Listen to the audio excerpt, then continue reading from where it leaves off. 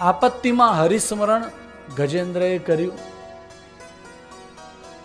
એનો પગ પકડ્યો છે મગરે, લઈ ગયો અંદર મગર.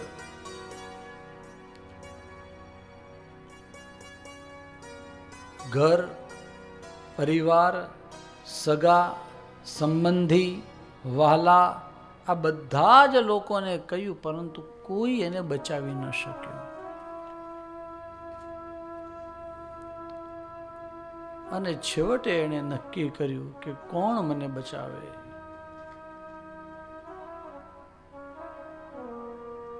યહ કશ્ચનેશો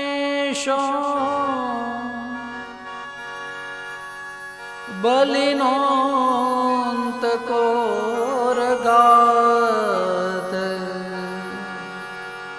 પ્રચંડ વેગાદ અભિધાવતો ભૃશમ ભીતં પ્રપન્નં પરિપાતિ યદભયાં મૃત્યુ પ્રધાવત્યરણં તમીમહી. યહ કશ્ચનેશો બલિનોંતકો રગાત પ્રચંડ વેગાદ અભિધાવતો ભૃશમ. જે કોઈ પરમતત્વ હોય, પરમાત્મા હોય, જે અત્યંત વેગથી આવી અને મને બચાવી શકે, એ પ્રભુના શરણમાં હું જાઉં છું. ભીતમ પ્રપન્નમ પરિપાત યદભયાત મૃત્યુ પ્રધાવત્યરણ્યમ તમીમહી. હું એના શરણમાં જાઉં છું. આમ જ્યારે મનમાં વિચાર આવ્યો અને જજાપ પરમમ જાપ્યમ પ્રાગજન્મની અનુશિક્ષિતમ, એનો જપ કરવા લાગ્યો આ ગજેન્દ્ર, જે ગયા જન્મમાં એને ભગવાનનું ભજન કર્યું હતું, ભગવાનનું સ્તવન કર્યું હતું, ભગવાનનું તપ કર્યું હતું, એના લીધે થઈને એને ભગવાનનું નામ યાદ હતું. એ પ્રભુને એને યાદ કર્યા અને પોકાર કર્યો છે. જુઓ, નારાયણાય નમઃ એમ પોકાર કર્યો છે એણે. આ ગજેન્દ્ર મોક્ષની સ્તુતિ છે. એના છેલ્લે સેકન્ડ લાસ્ટ શ્લોકની અંદર આવે છે, નારાયણાખિલ ગુરો ભગવન નમસ્તે.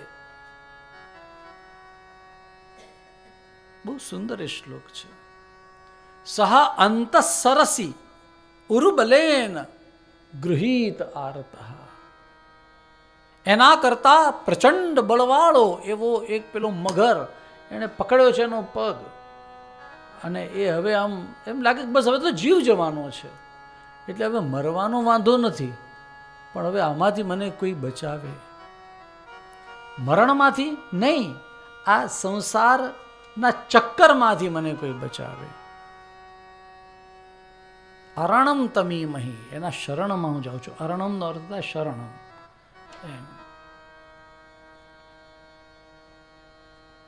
દૃષ્ટવા ગરુત્મતિ હરિમ.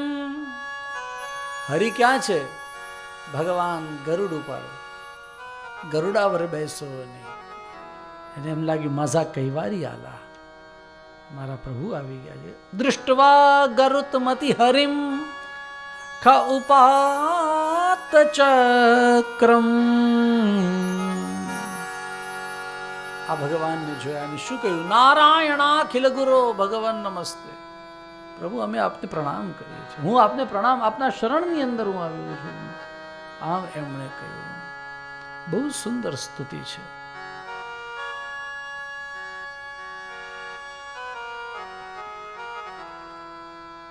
એક શ્લોક જોઈએ આનો,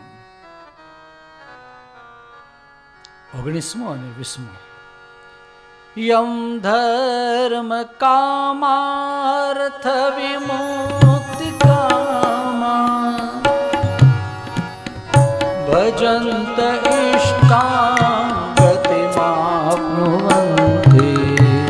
યમ ધર્મ કામાર્થ વિમુક્તિ કામા ભજંત ઇષ્ટાં ગતિમાપ્નુવન્તિ. गतिमब्रुवन्ति किं त्वा शिशोरात्यपि देहमव्ययं करोतु मेधाहृदयो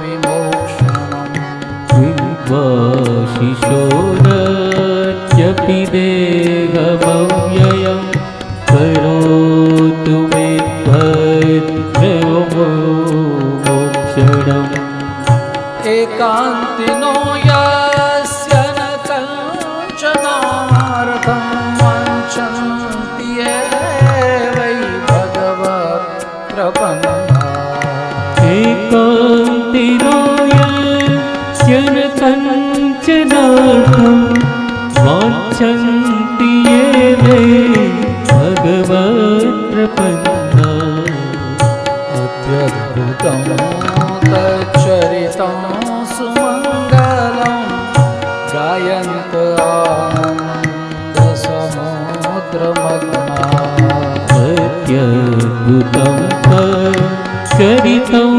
सुमङ्गलं गायन्त आनन्दसमुद्रभद्रा यं गायन्त धर्मकामा ધર્મ અર્થ કામ અને મોક્ષ આ ચાર પુરુષાર્થો છે. ધર્મ પછી કામ, અહીંયા એ રીતનો ક્રમ લખેલો છે છંદ માટે કે કોઈ પણ કારણોથી. ધર્મ, કામ, અર્થ અને વિમુક્તિ કામા. વિમુક્તિ એટલે મોક્ષ. આ ચારે પુરુષાર્થો જેને જોઈતા હોય તો એ ક્યાં જાય? તો બોલે આપના જ શરણમાં આવે છે પ્રભુ. અને એ આપને ભજે તો ઇષ્ટામ ગતિમ આપનુવંતી, પરમ પ્રિય ગતિને પ્રાપ્ત કરે. ઇષ્ટામ એટલે પ્રિય. પ્રિય ગતિને કોણ પ્રાપ્ત કરે? જે લોકો ધર્મ અર્થ કામ માટે થઈને મોક્ષ માટે થઈને આપના શરણમાં આવે છે એને જે ગતિ જોઈતી હોય, જેને ધર્મ જોઈતો હોય એને ધર્મ મળે, અર્થ જોઈતો એને અર્થ મળે, કામ જોઈતો એને કામ મળે, મોક્ષ જોઈતો એને મોક્ષ મળે, એવા છે પ્રભુ. પ્રભુ એ જ મારું વિમોક્ષણ, એટલે મને મુક્ત કર્યા આમાંથી. પણ આગળનો શ્લોક શું કહ્યું? एकान्तिनो यस्य न कंशनार्थं वाञ्छन्ति ये वै भगवत्प्रपन्ना.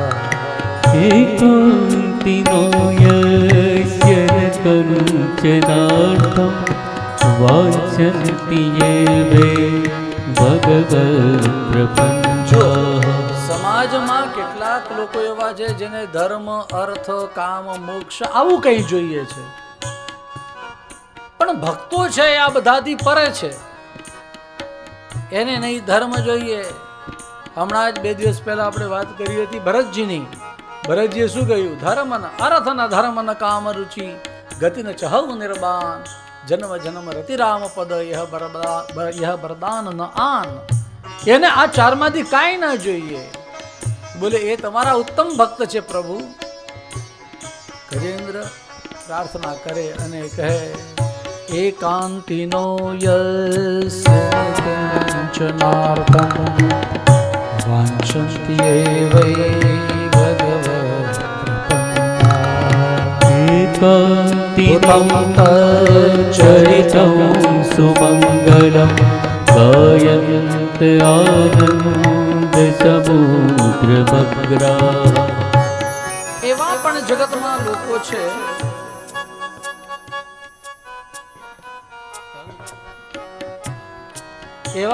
લોકો છે જગતમાં કે એને ધર્મ અર્થ કામ મોક્ષ નથી જોતો, છતાંય તમારું ભજન કરે છે. એ લોકો કોણ છે? બોલે આનંદ સમુદ્રમાં મગ્ન થયેલા એવા આ ભક્તો. એ ભગવાનનું તચ્ચરિતમ સુમંગલમ, ભગવાનનું મંગલ ચરિત્ર એના રસપાન કરે. એને પૂછો કે ભાઈ તમારે શું જોઈએ? બોલે મને કાંઈ નથી જોઈતું, મને ખાલી ભગવાનની ભક્તિ જોઈએ, મને ભગવાન જોઈએ, ભગવાનના ગુણાનુવાદ સાંભળવા, બીજું કાંઈ નથી જોઈતું. અને એવો ગાન કરતા કરતા આનંદ સમુદ્રની અંદર એ મગ્ન રહે. એ જે આનંદ સમુદ્ર એટલે એ જે પરમાત્મા છે, એ પરમાત્માના શરણમાં હું જાઉં છું.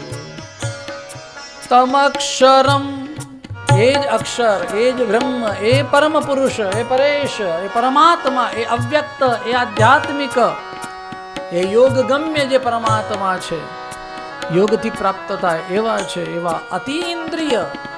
ભાઈ ભગવાનને જોઈ શકાય? બોલે ન જોઈ શકાય, કારણ કે અતિન્દ્રિય છે, આંખોથી ન જોઈ શકાય. પણ એ કૃપા કરે તો આપણી સામે પ્રગટ થાય તો જોઈ શકાય. પાછા અતિન્દ્રિય, સૂક્ષ્મ,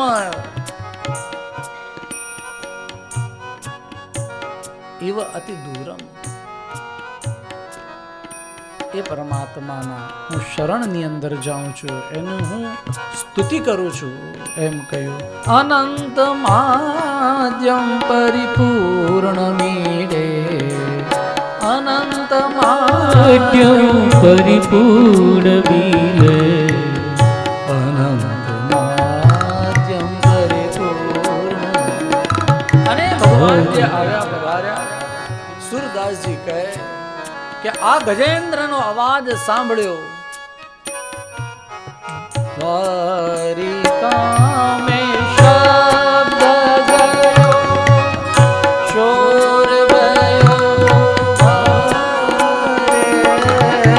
દ્વારિકા મેં શબ્દ ગયો, શોર ભયો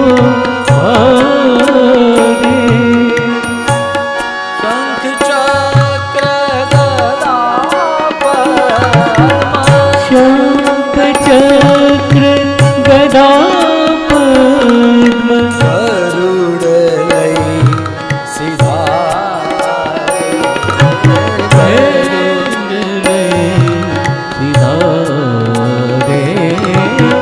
હે ગોવિંદ હે ગોપાલ, હે ગોવિંદ હે ગોપાલ, રાપોશ્યર અબ તો જીવન હારે.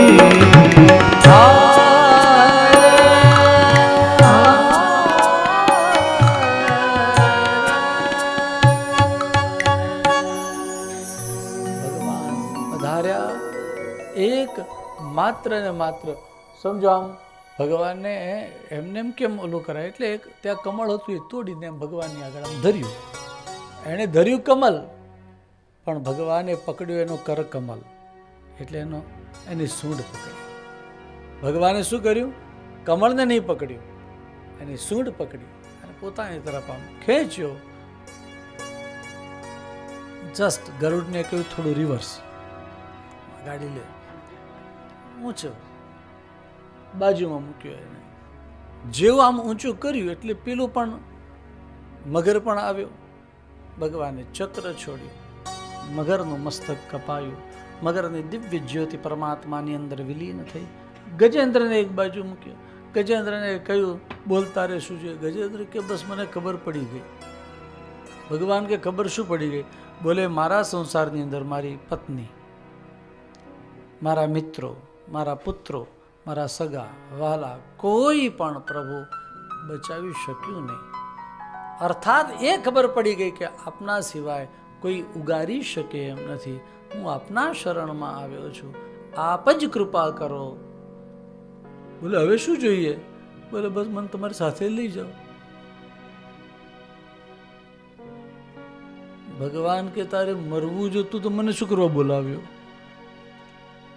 અને ત્યારે ગજેન્દ્ર કે મરવું નહોતું, તરવું હતું ને તારણહાર તમે જ છો. તમે મારવા માટે નથી આવતા, તારવા આવો છો. મને તારો એના માટે હું આપને પુકારતો હતો.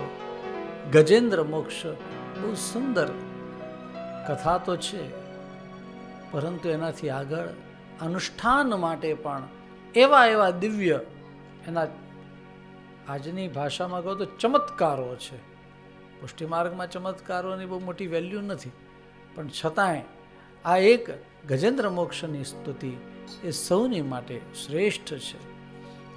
ભગવાન કહે છે કે અંત સમયમાં જે લોકો આ ગજેન્દ્ર મોક્ષનો રોજ પાઠ કરે છે એને અંત સમય ઉત્તમ વિમલ મતિ મળે, ઉત્તમ બુદ્ધિ મળે. ઉત્તમ મતિ મળે એનો મતલબ કે એને ભગવાનમાં મતિ થાય, ભગવાનમાં મતિ થાય તો એની ગતિ સારી થાય. આપત્તિની અંદર હરિસ્મરણ એ આ પહેલું પ્રકરણ બતાવે છે.